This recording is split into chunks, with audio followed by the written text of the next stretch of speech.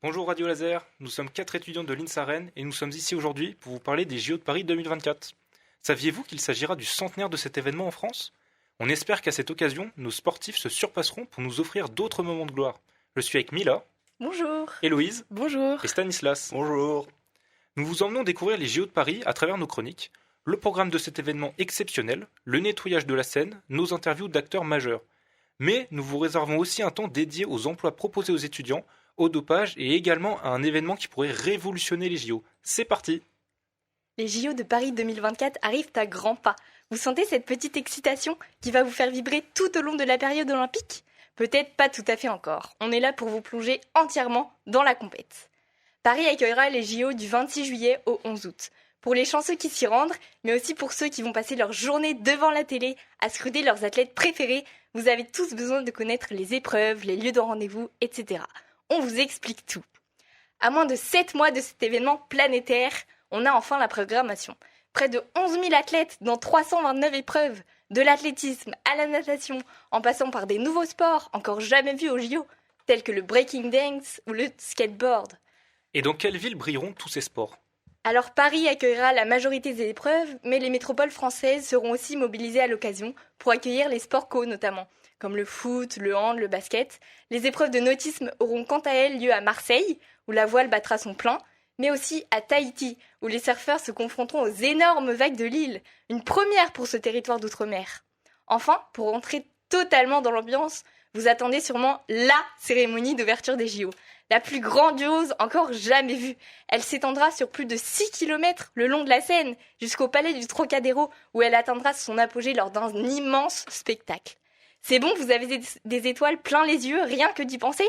Super! Et toi, Héloïse, qu'est-ce que tu nous dis de cet événement exceptionnel? Écoute Mila, j'ai eu la chance d'interviewer une bénévole présélectionnée pour aider au JO. Je vous laisse la découvrir. Nous sommes réunis au Champ Libre pour rencontrer Morgane. Bonjour Morgane. Bonjour. Nous avons souhaité vous rencontrer car vous avez été présélectionnée pour participer en tant que bénévole aux Jeux Olympiques de Paris 2024 l'été prochain. Vous allez donc sûrement aider à une partie de l'organisation. Beaucoup vous envient de participer de cette manière aux JO. Est-ce comme un rêve pour vous qui se réalise après avoir vu pendant des années les sportifs à la télé? Alors c'est vrai que je suis une grande fan de sport à la télé. C'est plus sympa en vrai. Là, j'espère en voir un petit peu. Eh bien, je l'espère aussi. Et donc, pour être volontaire, il y a toute une procédure à suivre. Quelle est cette procédure? Quels sont les critères? Est-ce qu'il faut une lettre de motivation, un entretien d'embauche? Alors non, il y avait un grand questionnaire très très long à remplir sur Internet, avec des questions un peu spéciales. Donc, je ne sais pas trop dans quel sens ça allait. Est-ce qu'ils voulaient savoir si on était plutôt manager, plutôt suiveur? Et puis aussi, ils demandaient nos disponibilités, si on avait un logement sur Paris. Voilà, il y avait des questions plus pratiques pour savoir si on pouvait vraiment en fait accomplir ces tâches. D'accord, donc c'était des questions de tout type. Si on demandait un peu plus sur votre situation professionnelle aussi. Alors professionnel un petit peu, mais c'était plutôt des situations générales en fait. Genre, vous êtes dans une assemblée, quelqu'un réagit comme ça, vous faites quoi? D'accord, donc en fait de secouriste, ça ne t'aime pas? Non plus. J'ai passé cette première étape, en tout cas, j'ai été présélectionnée et on m'a proposé une mission. Ok, donc vous avez eu des difficultés pour être choisi. Vous avez attendu combien de temps à peu près? Plus de 3 mois. Alors là, on parle de présélection, je ne sais pas trop où ça en est. J'ai eu une proposition de poste. J'ai accepté cette proposition et je suis en attente en fait de la suite. On va se réunir en mars, tous les bénévoles ou une partie par petit groupe. Et il y aura sûrement d'autres réunions plus tard en fait. Maintenant que vous savez que vous allez occuper un poste, quel est ce poste? Quelles vont être les tâches que vous allez devoir accomplir?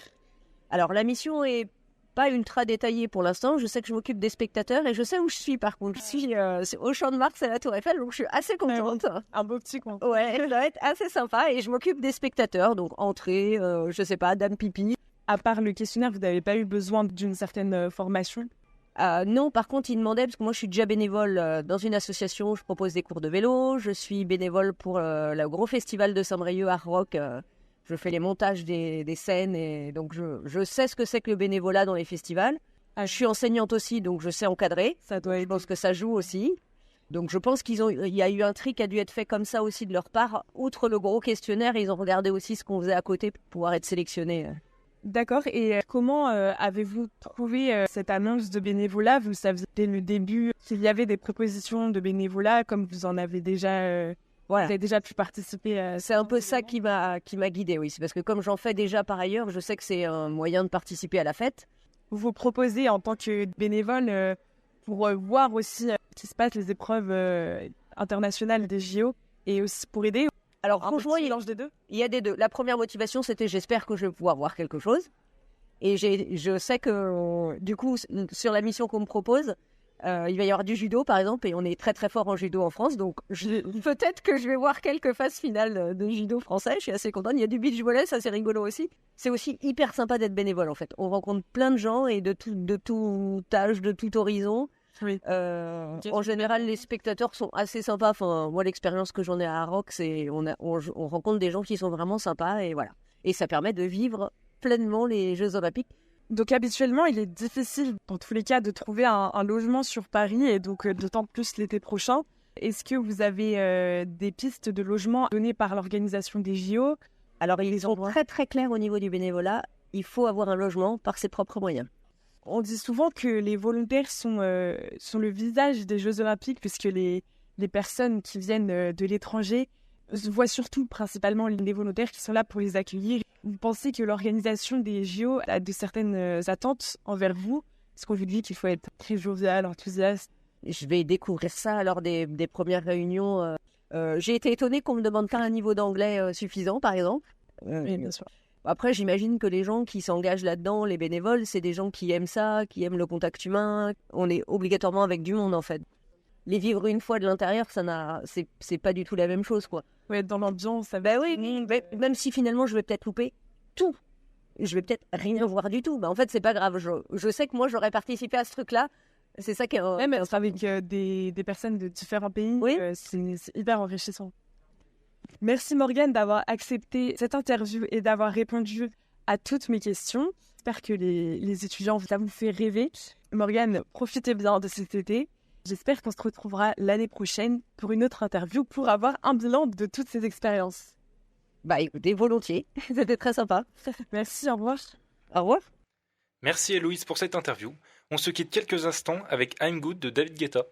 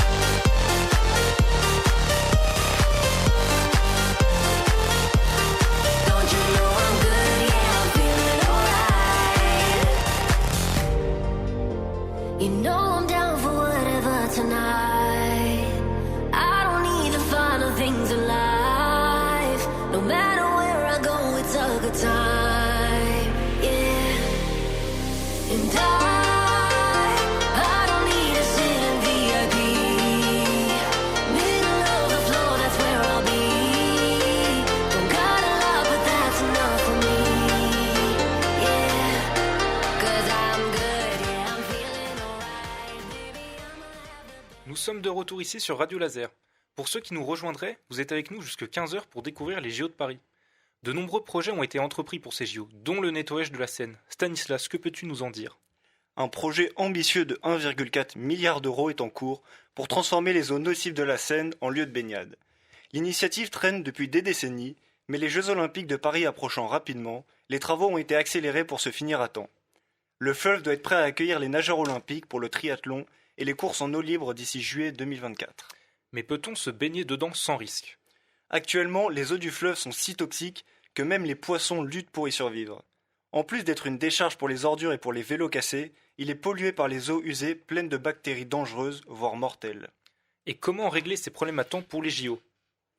De nombreuses mesures sont mises en place, comme la création de bassins de stockage d'eau de pluie, pour empêcher les eaux usées de remonter par les bouches d'égout et de se déverser dans la Seine. Les péniches ont désormais interdiction de relâcher leurs eaux usées dans le fleuve. Les stations d'épuration ont été équipées en filtres ultraviolets afin d'éliminer les bactéries comme Escherichia coli, mais le plus gros du chantier reste sur les branchements non conformes des habitations qui envoient leurs eaux dans la Seine. Et où en est-on actuellement? Malgré tous ces problèmes, la baignade dans la Seine est en bonne voie. Selon les résultats récents, la qualité de l'eau est compatible, mais il faut relativiser. Un entraînement de natation a par exemple été annulé à cause de fortes pluies. Après les JO, la mairie de Paris prévoit l'ouverture du fleuve au public pour l'été 2025, avec l'implantation de 5 lieux de baignade. On espère que ce projet arrivera à son terme. Héloïse, est-ce que les étudiants pourront être impliqués pour ces JO? Oui, plus que jamais. Vous avez toujours voulu combiner job d'été et esprit sportif. Figurez-vous que 3000 postes de sécurité sont proposés aux étudiants cet été à l'occasion des Jeux olympiques et paralympiques. Des milliers d'agents de sécurité sont déjà mobilisés. Votre mission consistera à effectuer les contrôles d'accès comme les filtrages et les inspections.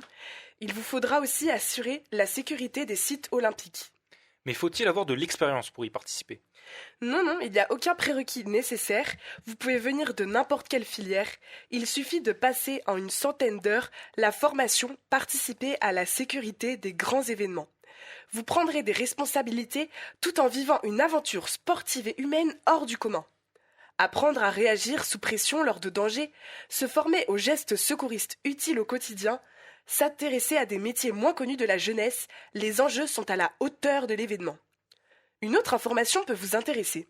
Avez-vous entendu parler des 2000 logements Crous qui vont être réquisitionnés en région parisienne?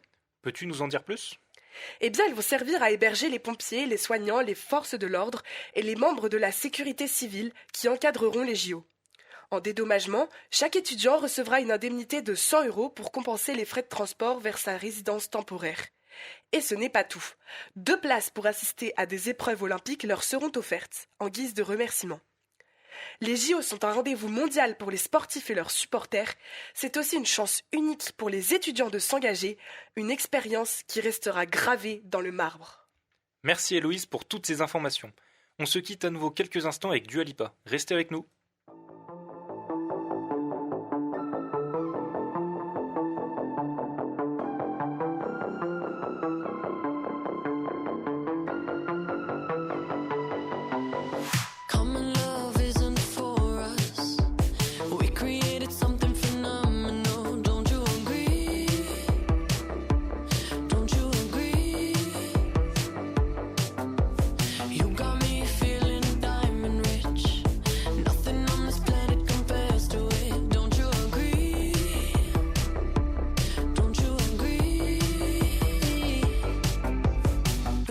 Go to sleep when I got you next to me.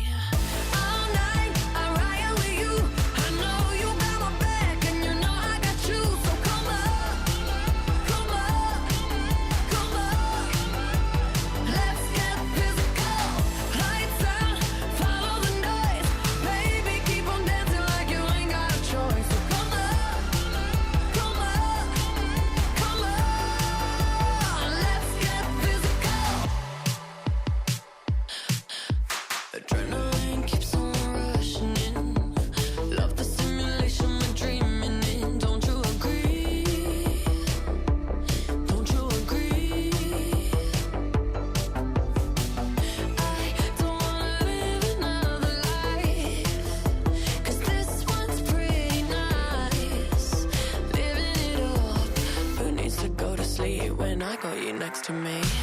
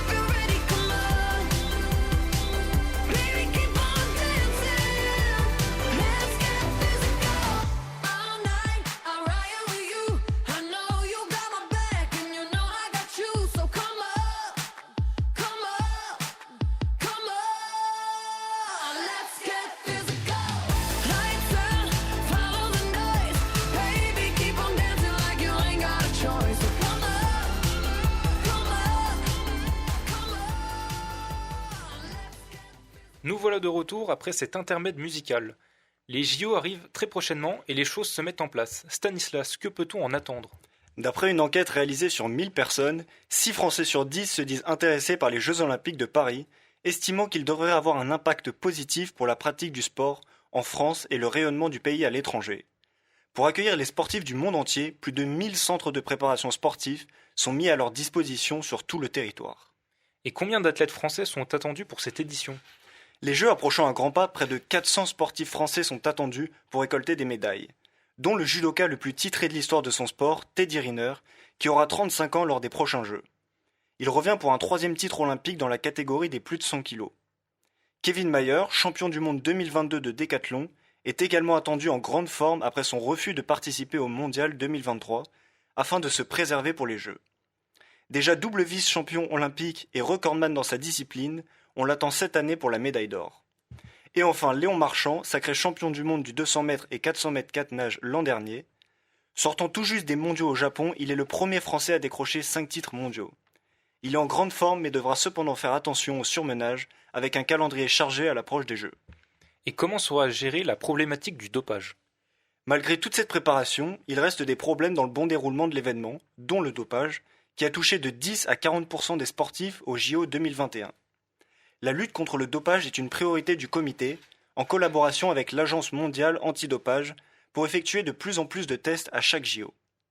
Un Français sur 2 pense également que la réussite repose avant tout sur la sécurité de l'événement, encore plus en ce moment dans le cadre Vigipirate. Une crainte de conséquences dans les finances publiques est aussi observée, justifiée par un coût de l'événement estimé à 3 milliards d'euros. Merci Stanislas. Plongeons maintenant au cœur des Jeux Olympiques. Mila, tu nous as réservé une interview exclusive avec un athlète. Exactement, et je lui en suis très reconnaissante. Je vous laisse découvrir. Bonjour Francky, tu es athlète de haut niveau au Saint-Brieuc Athlétisme, club d'athlétisme proche de Rennes. Ça fait maintenant 8 ans que tu pratiques le 800 mètres et tu as déjà participé aux Jeux Olympiques de Rio en 2016 et de Tokyo en 2020. Tu ambitionnes de réaliser ceux de Paris l'été prochain. Pour cela, tu t'entraînes dur avec ton entraîneur Vincent Le Dauphin. Peux-tu nous en dire plus sur tes techniques de préparation, sur la façon dont tu vas être sélectionné ? Alors, il y a 3 façons de se qualifier au jeu. Par le minima, soit par le ranking, par invitation du Comité international olympique. Certains pays, quand ils sont en manque d'infrastructures, manque de niveau sportif, tout le monde ne réalise pas le minima. Donc dans ces cas-là, le Comité international olympique donne 2 places par fédération pour que les pays ramènent les athlètes. Voilà. Du coup, c'est les meilleurs athlètes de chaque pays qui y vont. Et ce qui est mon cas, du coup. Les 2 JO auxquels tu as participé, tu as été invité, du coup. Exactement. À chaque fois, c'était ça. Et tu as quand même pu battre ton record de 2 secondes sur le 800 mètres à Tokyo 2020. Ouais, Tokyo 2020, où je m'étais un peu mieux préparé que les autres années, parce que 2016, c'était vraiment une surprise. Ça faisait 1 an que je commençais. Là, pour 2021, du coup, à Tokyo, je m'entraînais pour être sélectionné. Du coup, j'ai vraiment mieux fait la préparation. On est parti en stage plusieurs fois. Et là, tu avais l'expérience des autres Jeux Olympiques aussi, surtout, je pense. JO. Et c'est pour ça que là, du coup, à Paris, j'espère que je vais être sélectionné, du coup. Et du coup, tu as d'autres objectifs pour Paris ou tu restes conforté dans le fait de battre ton record ? Moi, mes jeux réussis, c'est pas forcément vouloir une médaille. Moi, mon ambition personnelle, ce serait de faire une demi-finale olympique. Parce qu'au niveau de la Centrafrique, ce sera historique. Et faire une 47, une 46 pourrait me permettre de le faire. Là, comment je m'entraîne, comment je prépare, du coup, je pense que ça va être ma plus grosse saison et je pense vraiment pouvoir le faire. Ben, on croit en toi, Francky.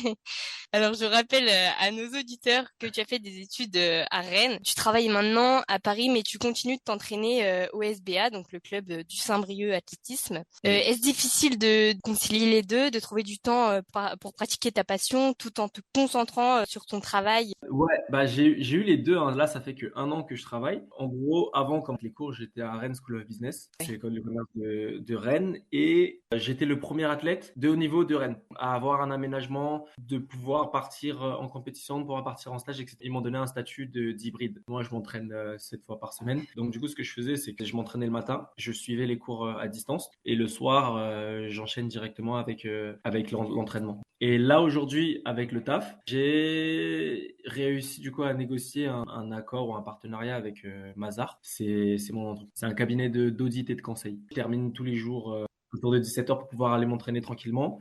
J'ai des plages de 3 à 6 semaines dans l'année pour pouvoir partir en stage.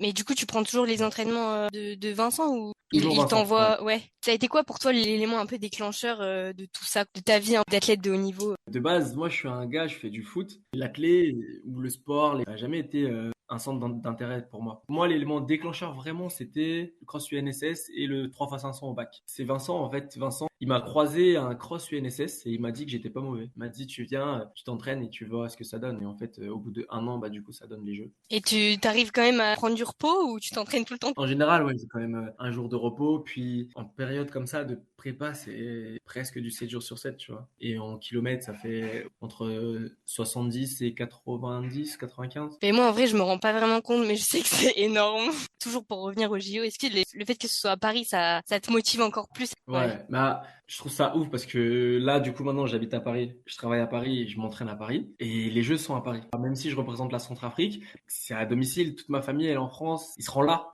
En fait, leur présence, ça va tout changer. Et du coup, je pense que les Jeux de Paris, ça risque d'être les meilleurs Jeux de tous les temps. Honnêtement, hein. On espère que tout va bien se passer au JO pour toi. Tu vas tout déchirer, hein. Merci, top. Ciao. Yes, bye, ciao. Merci encore. Merci beaucoup Mila pour cette intervention si riche en émotions. On soutient Francky.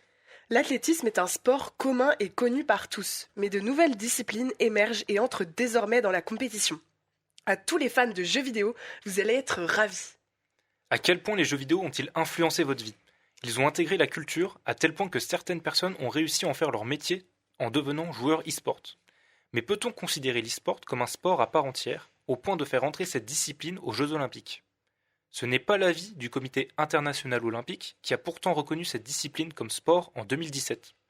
À la place, l'Olympic eSport Series a vu le jour cette année à Singapour. Il s'agit d'une rencontre sportive entre des concurrents du monde entier.